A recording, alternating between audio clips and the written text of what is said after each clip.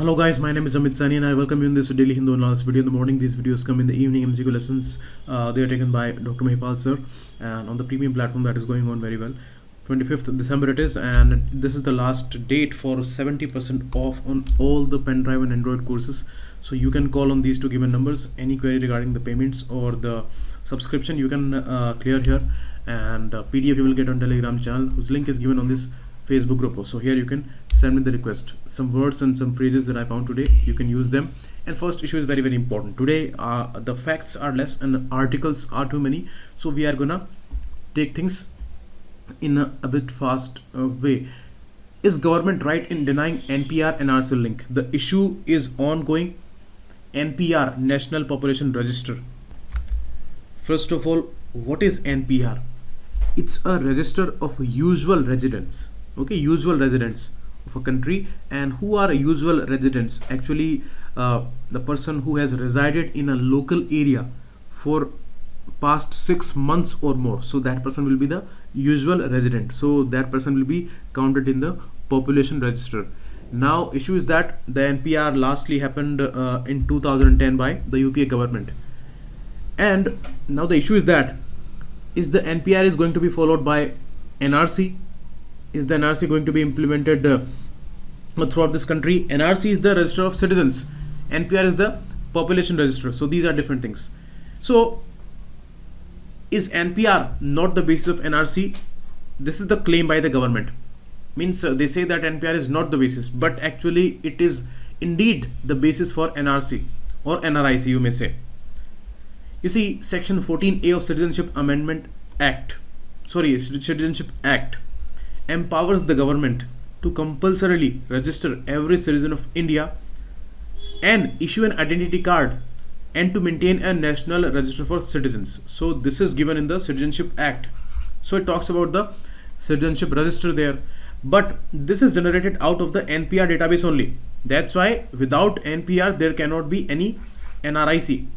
And this citizenship rules of 2003 that introduced the term of population register, and they said that particulars collected in the population register shall be verified and scrutinized for the purpose of preparation and inclusion in the citizenship register. So that makes these things clear, so many confusions can be solved here. NPR will not be followed by NRC. This is the different claim. Here there is an issue that it is not mandatory. It is not mandatory for the government to establish a citizenship register, because in the earlier NPR exercise in 2010 they did not create any citizenship database at that time. So the act says the government may maintain a national register of Indian citizens, and it is possible to argue that preparing a citizenship register out of NPR data is not mandatory. So that's the issue. But you see, some other conditions are there. The rules 2003 citizenship rules, they mandate the Registrar General of India, which is the Registrar General of Citizenship Registration also. Okay, and it comes under the Home Ministry. We all know about that. It conducts the census operation in this country in every 10 years. So this is mandatory for this body to establish and maintain a national citizenship register. So this register will be there with this Registrar General of India. Maybe the nationwide NRC will not be implemented, but this register is there with this body. And the center is also mandated by the rules to carry out a house-to-house enumeration and collection of particulars related to every individual and family, including citizenship status. Means the citizenship status will also be checked and confirmed by the census survey there. So central government is mandated for that also. So means they will confirm the citizenship status, and this is mandatory for the RGI, Registrar General of India, to establish a citizenship register there. So this way a particular form of NRC will be there, but the formal implementation of the NRIC exercise throughout the country, it may not be mandatory. Next, the proof of detail or biometrics will be collected during NPR. It is also not necessary now. Why? Because 98% coverage is there for the Aadhaar, where the biometrics are taken. So it is not also mandatory. The fourth issue is also very confusing. NPR is being updated for efficient delivery of welfare and social benefits. You see, the original objective of NPR was the efficient delivery of welfare and social benefits, but now after the Aadhaar Act, which has been passed as an act, that has taken the issue of targeted delivery, and the Aadhaar linkage is a necessary condition for that according to the act. So that's why it has taken over that issue. Means the exclusive objective of efficient delivery of welfare schemes is not there for NPR now. It is there with the Aadhaar now. So it may not be correct to argue that NPR is needed for efficient delivery of benefits anymore. So that's the issue of these four claims, where the government is saying something, but a lot of confusions are there regarding that. So this is the fact check here, important for GS paper 2 especially. Now we come to the article today. This article and the article by C. Rangarajan there, the former chairman of the Economic Advisory Council to Prime Minister of India. These two articles are linked. They both are for the economy and the present condition there. So we are going to club them. Here you see, they are talking about a condition of double trouble. Why? Normally in the economic cycle, what happens? Demand is there. Demand rises, then the supply needs to be rising, and then production rises, employment rises. This cycle runs like that, and then what happens? Inflation also rises, because after the economic activity, the economy becomes hot, and with the economic activity, the incomes rise, the liquidity rises in the market. So this way inflation is going to rise. Then what happens after that? Booming phase, a lull phase comes, and demand becomes lower, but till that time the supply is more than the demand. So again the inflation comes down, and the demand lowers, then the supply lowers, then the production lowers, and then ultimately the employment also is going towards a decline. So this way a cool phase comes for the economy, and this way the cycle goes like that. Again a situation will come when the demand will rise and the supply will rise, production will rise, employment will rise. But when the employment goes down for a long period of time, then we need to take some measures which are manual interventions by the government, and those are counter-cyclical measures. So here the main issue is that when the inflation is there, then they take economy as an entity, and they will try to take the repo rate towards a higher side, because the inflation is rising in the economy and we need to control the liquidity. So with the higher repo rate, the inflation may be controlled. This is the issue of monetary policy by the RBI. But you see, when they take the economy as an entity, then all sectors should see a condition of higher inflation. But today it is uneven inflation. Food inflation is rising, but the manufacturing inflation, that is not rising. That is actually a condition of deflation there. So uneven inflation, and it is combined now with the sluggish growth condition. The economy slowdown is apparent. So this combination is very tricky. This combination is very complex, and here this poses a serious dilemma for policymakers here. Food inflation is now in double digits, and even IMF suggested that urgent policy measures are needed, otherwise Indian economy will be in great trouble.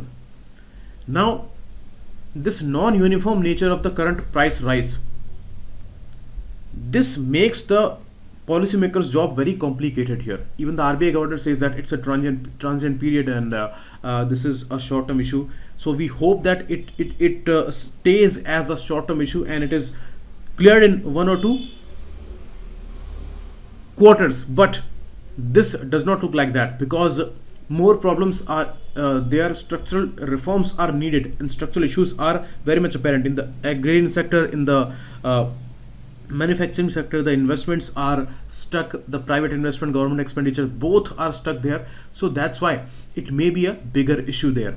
And the stagflation signs are visible in our economy, where economic activity is very slow, demand is very low, and jobs are not there, and at that time the inflation is starting to rise. Food inflation is in double digits, and that is the biggest impact maker for the poor population, and they find it very difficult to survive in that condition. Stagflation is very disastrous for the economy, and that is visible in our economy, but this is not accepted officially. But experts are saying it is a apparent condition of starting phases of the stagflation there. And the inflation is rising, the retail inflation, which the government claimed always that we have kept it low, and the inflation is not rising for many years now, but that is going to rise for sure, because the prices, food inflation is visible, and the oil prices and all, they are all gonna increase. So surely the inflation will rise. Retail inflation is consistently rising for some quarters now. Various prices in the economy generally do not rise or fall in tandem. Now, when they need to take measures, so how they will take measures?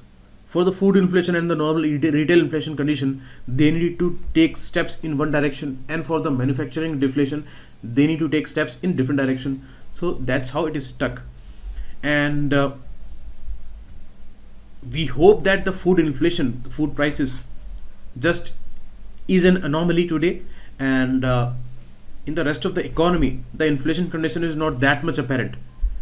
So the priority should be taken as reforms, the structural reforms, especially in the banking sector, especially in the agrarian sector, and the labor reforms also.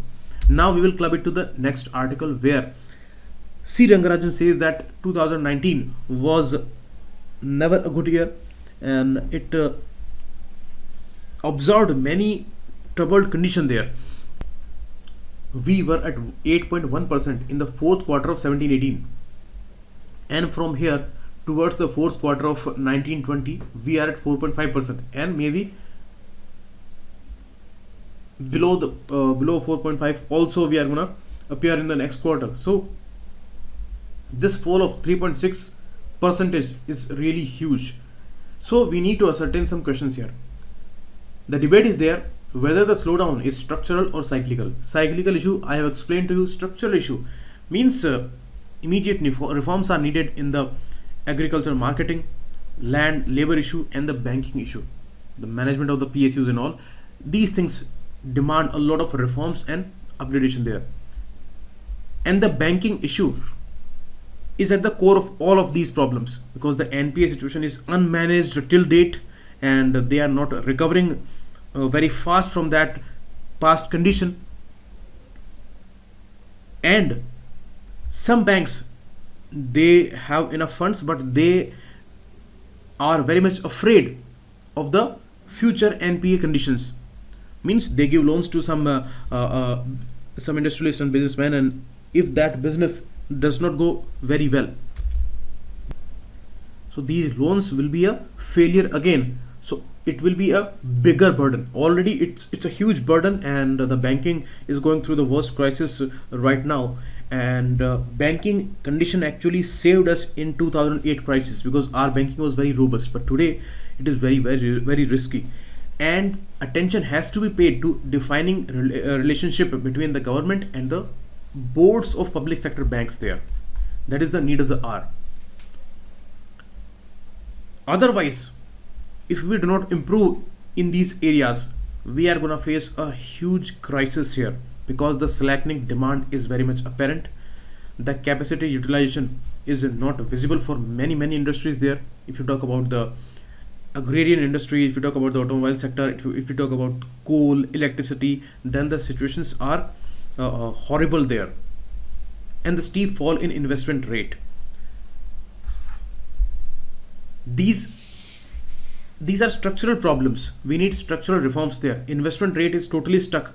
The private expenditure is virtually stagnant. They say that government is the only hope today. The exports are not helping, because the world growth is not very good, so exports are not helping there, and the banks, they are not able to support them fully. So the private sector, the private investment is virtually stagnant. Government says that we are out of money. Our collections, our receipts are not enough, and as we expected, the estimates we gave, we are never going to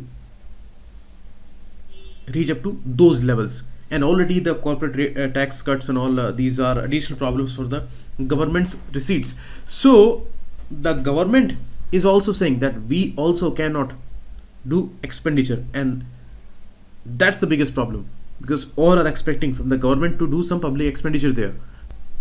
We have maintained our fiscal deficit scenario because according to the government the fiscal deficit is close to 3.3%, even though some serious suspicions are there on those numbers. Some experts said that these numbers are not real numbers. The actual deficit is way bigger than that, but the government says that we cannot go for higher fiscal deficit, so we cannot do these expenditures from our side. The private expenditure is only going to follow the growth trajectory there. So that's why all the economic aims, they are stuck. The $5 trillion economy goal, it looks into troubled waters today. Okay, so two issues: the cyclical issue or the structural issue. Writer says that if it is a purely a cyclical problem, then it will go away in 1 or 2 quarters. It will not be a huge problem, and we hope it stays only as a cyclical problem, but it looks more like a structural issue. Channels of demand, as you see the expenditure categories of the national income accounts, then private final consumption expenditure, government final consumption expenditure, gross fixed capital formation, and the private and the public gross fixed capital formation, and the exports. These 5 expenditure categories are there. Here the data definitely show a weakening of private consumption expenditure, and that is the biggest evidence that the demand is certainly missing from the economy. And when the demand is missing, the whole growth issue, the supply, the jobs, the production, everything goes missing. Now 3 autonomous elements that can be used as levers to raise demand. Means we need to raise the demand. That is the main solution there. How to raise that? How to give money to the people indirectly? Means if you give them jobs, then they get the money, then they will be motivated to go to the market, and the demand will rise, then the supply will rise, then the production will rise, and then the further employment will rise. That's the issue. But how to make that possible? How to raise the government consumption expenditure there? You can see 3 autonomous elements are government consumption expenditure, government investment, and exports. So if you talk about the private investment, that can be treated as autonomous only to a limited extent, because I have told you the problems there. The twin balance sheet problem is not resolved yet, and banks, they are very much afraid there, especially the PSBs, public sector banks there. They cannot avail them those funds which are necessary for the investment there. So we are only left with the raising government expenditure there. Okay, because exports, they are not helping. As I told you, the world growth is not visible, so the exports are not helping. Now normally in this condition, government expenditure is the proper prescription that should be there. But here government has said that we are not in that condition to do that much expenditure, and we are targeting the fiscal deficit also. And it looks bizarre in this condition. Government says that we are targeting the fiscal deficit there, and there is a margin. Means it reached up to 6.5% in 2010. That was a booming phase, and the fiscal deficit was 6.5% of the GDP there. But today they are saying that we want to keep it till 3.1 to 3.3, so we cannot go further there. But there can be a possible reason that it is way more than 3.3%. Actual numbers are somewhat different than the official numbers. So that is the issue. So the critical question is that, is there any scope for increasing expenditure? What then are the actions that can be taken to stimulate the economy there, how to make the public expenditure possible. First thing is the monetary policy, but that has its limitation. RBI actually reduced the repo rate by 135 percentage points since February 19, but the banks could not follow the suit because banks are struggling a lot, and the difference which is there in the interest rate that they are charging on the consumers and the repo rate interest rate, that difference banks want to keep with them, because they are struggling with the NPA crisis and they do not have capital with them, so they cannot extend the same rate to the consumer, and this is how this idea becomes a failure. RBI wants to control the liquidity condition there, or RBI wants to infuse the liquidity there, but banks are not extending the same rate there, so this has this limitation.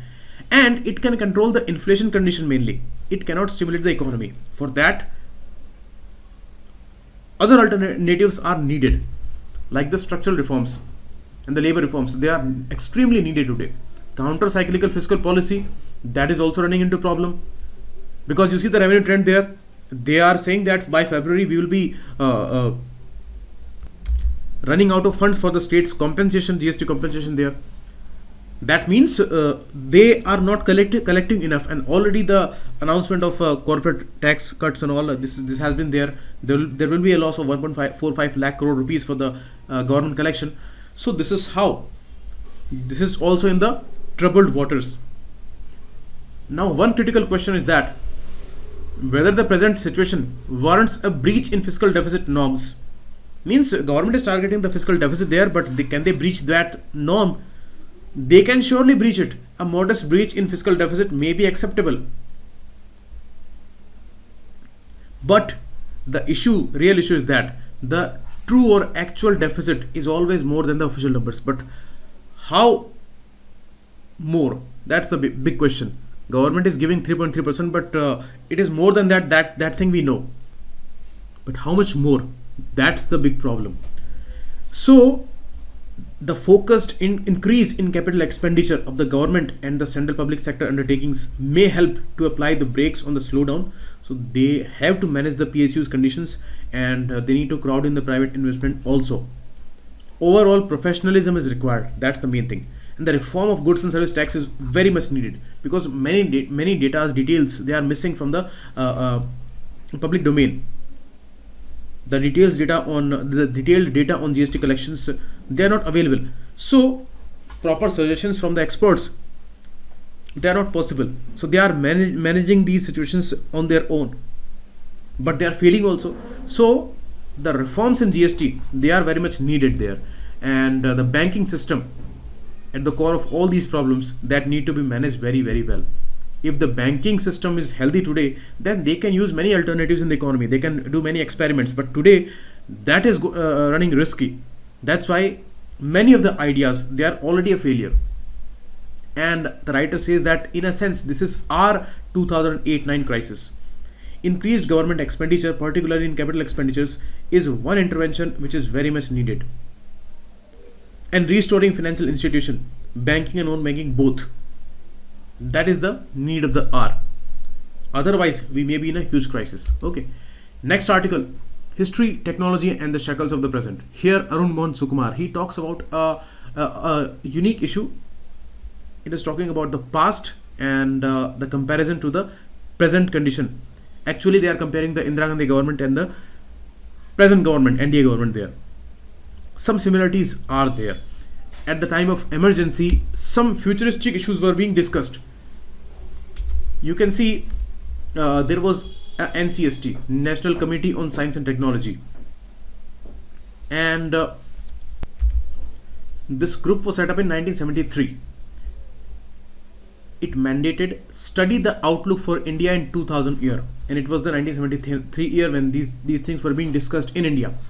Then the emergency came, and it took 7 years to submit their report. And you will be shocked to know what they were discussing at that time. They were discussing in India electronic vehicles, self-driving cars, in 1973 they were discussing these things, and at that time the Club of Rome was the talk of the town when they published their famous limits to growth report in 1972. So sustainable issues were being started at that time, and this was a new wave of science fiction at that time. So they were focusing on these issues for India, and it was the 1970s. One side, the emergency was going on. That was the darkest phase of the political history of independent India. And at one side, these scientist groups and all this committee was discussing this issue, but it became a failure, obviously. And this committee was called a Committee on Futurology, as it was known. They analyzed long-term projections for many sectors, including transportation.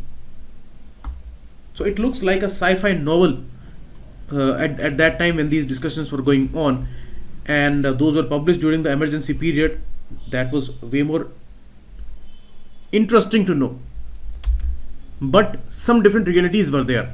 At that time, there were not enough vehicles on the roads. Only 1 lakh buses were there in 70s. Only 7,50,000 cars, jeeps, they were there at that time.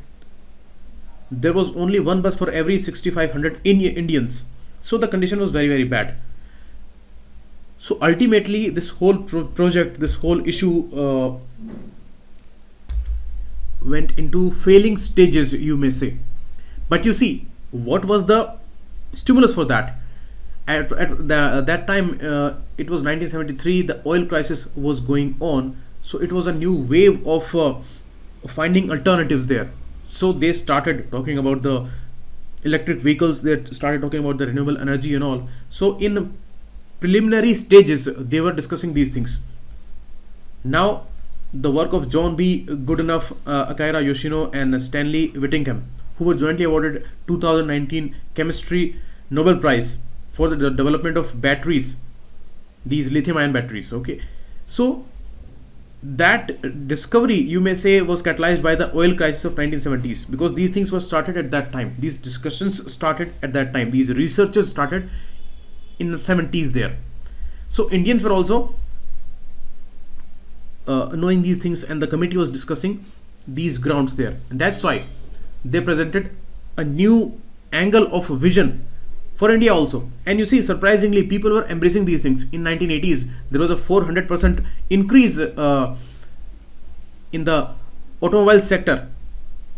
More vehicles were running on the road. So it was a unique condition because a lot of politicking was going on. You see, Indian government conjured up visions of technological advancement while suppressing democracy, because it was the phase of emergency, so suppressing was apparent. But they were focusing on these kind of goals also. Maybe they were not focusing, but some sections were talking about this issue. So the Futurology Committee's views, they too were jaundiced by the emergency. They failed in a sense. So technology was getting embraced. Doordarshan was there at that time, that had become an instrument of state propaganda. But the financial crunches, they were also apparent. Government also championed appropriate technologies issues. They talked about the solar cookers and mechanized bullock carts there, but did little to boost the productivity. So it was a unique phase. It was a issue of bad politics. It was the issue of suppression. It was the issue of financial crunches. But Doordarshan was there, and these discussions were there. Automobile sector was booming, and people actually were embracing machines there. So it was a unique phase at that time. Today's government, they should also learn a lesson here. This is also a new age. Artificial intelligence age is there, machine learning age is there, fourth industrial revolution is going on. So one cannot aspire to a digital India if technologies are wantonly used for mass surveillance or cut off altogether when faced with non-violent democratic protests, as they blocked internet services and all. And the Jammu Kashmir situation is very apparent. So they should use machines and technology in a positive way, but these things are not used in a positive way, and it looks like the phase of emergency again, where Doordarshan had become an instrument of state propaganda. Today it also looks like that. So next a small article we are going to discuss tomorrow, and there is a lot of information to digest today. So thanks a lot. Keep watching. It was Amit.